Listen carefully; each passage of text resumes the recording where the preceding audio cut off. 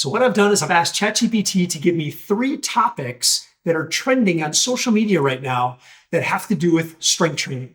And I've got those 3 things listed right here, which I'm going to go over. And my intention is for you to be able to stay up to date on some of these topics, and then to also discern what is good information versus bad information. Because let's face it, there's a lot of information, but not all of it is going to be beneficial for you or me or really anyone.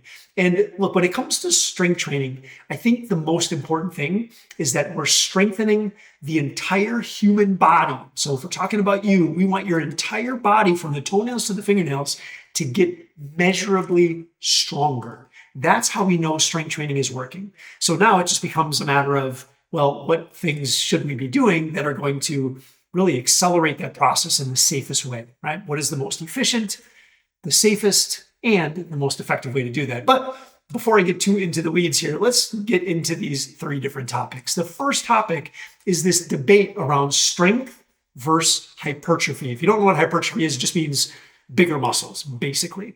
So there's this debate on how we should be training. Should we be training for strength or should we be training for bigger muscles? And I think it's kind of a silly debate because I believe that we want both. But here's what generally happens in my experience. And I've been doing strength conditioning for decades. It's been 25 years now, even more if you count just me doing it personally. So we should always be training for superior strength. If we can make someone's body stronger, one of the adaptations of being stronger is to build more muscle tissue. Now, I think we have a genetic predisposition. Everybody has some sort of a predisposition for how much muscle tissue your body is actually going to create. As an example, for me, I'm not a big guy.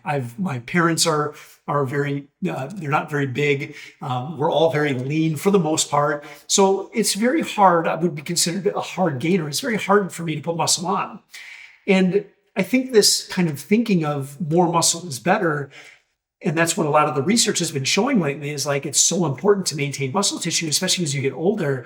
I think that might lead us down some wrong roads. And again, just let me use me as an example. I strength train often. I'm very strong for my size and for my age. In fact, I'm stronger than most guys who have more muscle tissue than I do. And it's just because I'm so efficient. It's because I've been practicing these lifts and being strong for so long. That's the only reason that I can beat some guys, in a strength contest who are bigger than I am. So it's not always just about the muscle tissue, right? If I were to just chase bigger muscles, I might do something like testosterone replacement therapy. I might get on some sort of a steroid, right? There's all kinds of different ways that I can sort of artificially manifest more muscle. Would it make me stronger? Probably. But I also speculate that there's going to be some health consequences to that, especially if I don't get it right. You can make the argument that some of those medications and things might be valuable if they're done well. I don't really know that. So if you want to go the natural route, I think the most important thing that we should be focusing on is just building the strength of your body. And building the strength of your body from the toenails to the fingernails. That's very different than the strength training that you see bodybuilders doing, where you take the human body and you break it up into these individual little parts, and then you focus exercises on specific muscle groups. For example, the bro splits, right? So if you do back and biceps, you might spend an hour and a half just doing bicep exercises. Right? Now, I don't think that's necessarily good for the overall strength of your body, and it's actually going to limit how strong you can actually get.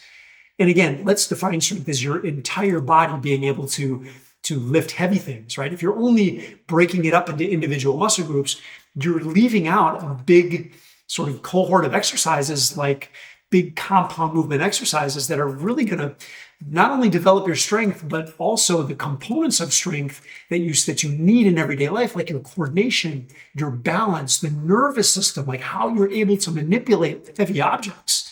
When you just break the body down into individual muscle groups, that's not the best way to get strong. So I look at it from like an athlete perspective. We want to do exercises that build the strength of the entire body. And then if your nutrition is done right, you can also create a lot of extra muscle tissue, some more than others. But I think it's most important to be focused on your overall functional capability. Nothing trumps that, especially as you start getting older. You have to build your physical capabilities, your ability to move around in space and to be able to manipulate heavy objects And that requires a little different kind of strength than the bodybuilding strength. So focus on your strength. Don't worry so much about how much muscle tissue you had, because if that was the only answer, we would all be on steroids and testosterone replacement. Maybe not the women, but we would all just kind of go down that road. And again, I don't think that's the right road. So get yourself strong, get yourself as highly functional as possible. That's going to be the most important thing going forward. All right, let's talk about number 2, training to failure. Well, the training to failure thing is kind of interesting because you see that more again in the bodybuilding world. The debate is, should you take your muscles to full failure and then try to maybe get a couple of extra assisted repetitions? Like if I'm doing bicep curls and I go to failure, maybe someone kind of helps me up on the next one and then I control the descent, right? Like you can go through these kind of failure type training. There might be some benefit to hypertrophy if you're really just, again, kind of the bodybuilder person that doesn't really care about functional capacity, doesn't really care so much about strength, but just want to grow. There might be some value there. But look, if you're doing the kind of strength training that I was mentioning before, where you're trying to strengthen the entire body and you're using big compound lifts, I think it's probably one of the worst things that you can do to go to complete failure. Reason being is your risk of injury goes up dramatically when you're doing highly complex movement patterns like a squat or a deadlift or a snatch or a clean or a strict press overhead. Like those are the kinds of things that you don't want to go to fatigue because your chances of getting hurt are just so high. So I don't think there's any value there. Again, we have to discern what it is we're actually chasing here. Are you training to be a bodybuilder? Like, do you want to stand on stage with a spray tan and a mankini? Then maybe yes. If you want to be just a strong, functional person, think of like strongmen, going to those fatigue places in training is not necessarily a great idea. If you're going to be a strongman, you might do that occasionally, but the time to go to failure is when you're in competition. So again, for the most people, if you're watching this, it's likely you're not a competitive weightlifter. You're probably not a competitive powerlifter. You're probably not a competitive strongman. And if that's the case, avoid going to failure at all costs. That's where injuries tend to happen. Okay, so hopefully that makes sense. You don't want to go to training to failure unless you're a bodybuilder, which is then you're definitely in the wrong place, right? This is called healthiest. Bodybuilders are not the healthiest. Okay, the third thing we've got here is foundational fitness protocol. So how do you pull all these things together from strength to power and also cardiovascular fitness? Now, let's back this up a little bit. What does it mean to be physically fit? To be physically fit in everyday life, you need 3 things. You need to be strong, to be able to manipulate external objects, right? The strongest people in the world can lift the heaviest of things. Let's just keep it very simple. You need to be powerful, which means you're able to move weight very quickly, right? So you want to be fast. And if you want to be really powerful, you want to be able to move external objects very quickly. So it's a combination of strength and speed. So we need to be strong, we need to be powerful, but we also need to have a gas tank, right? Meaning you just got to have some endurance. You have to be able to go out and do some work without gassing out. So how do you bring all 3 of these things together to develop the healthiest, the fittest version of yourself?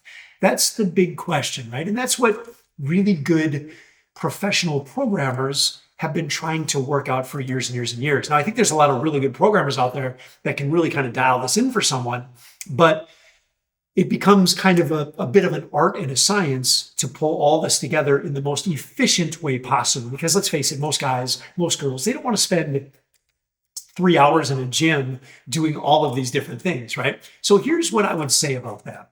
I think we need to figure out what are the exercises that are going to develop the most amount of full body strength in the shortest period of time. And we know what those are, because if we look to the power lifters, they practice very specific exercises like the squat, like the deadlift, like the press, right? These are compound movements that create the strongest human beings in the world. Again, just look at the power lifters. They are hands down the people that can move the most amount of weight, okay?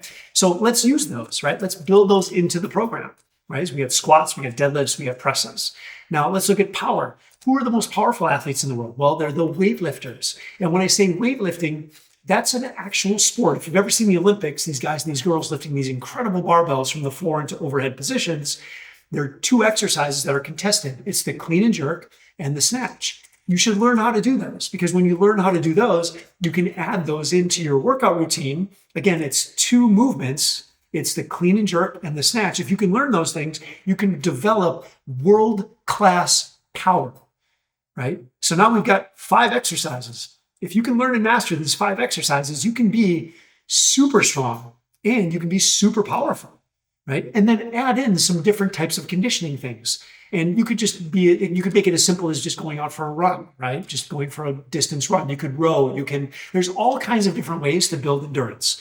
Really, endurance just means you're challenging your cardiorespiratory system by elevating it above and beyond normal, okay? So anything that you do that elevates your heart rate and respiration system above and beyond normal is considered cardiovascular exercise, right? And then you can get into like aerobic, anaerobic, all those kinds of things. I think you need to train all different distances and times and all kinds of different things to train your body really, really well. But don't overthink that one too much. And sometimes just a quick 5-minute high intensity interval type training style thing is all you need to get an incredible adaptation to that aerobic system. So there you go. We've got 5 exercises to develop world-class strength and world-class power. Add in some different types of intervals, some different types of endurance type training. And it can be very, very simple. It can be anywhere from 5 minutes all the way up to like 30 minutes. And you can start putting together workouts that don't last any more than an hour per day. And, just kind of break that thing up, spread it out as much as you can. One day you focus on one exercise, another day you focus on the next exercise, and then you add in that cardiovascular element to each of those days, and you can become incredibly fit in a very short period of time. And if you know what you're doing, if you take the time to actually learn the skills of those exercises and those movements, my goodness, you would be amazed at how much potential you have to be so much fitter than you are right now. So there it is. Those are the 3 topics for today. And if there's a topic that you want me to cover that I haven't, just mention in the comment below, and I will go ahead and add that to the list. So get out there, enjoy training, build yourself up, and here's to you living the healthiest life that you possibly can live.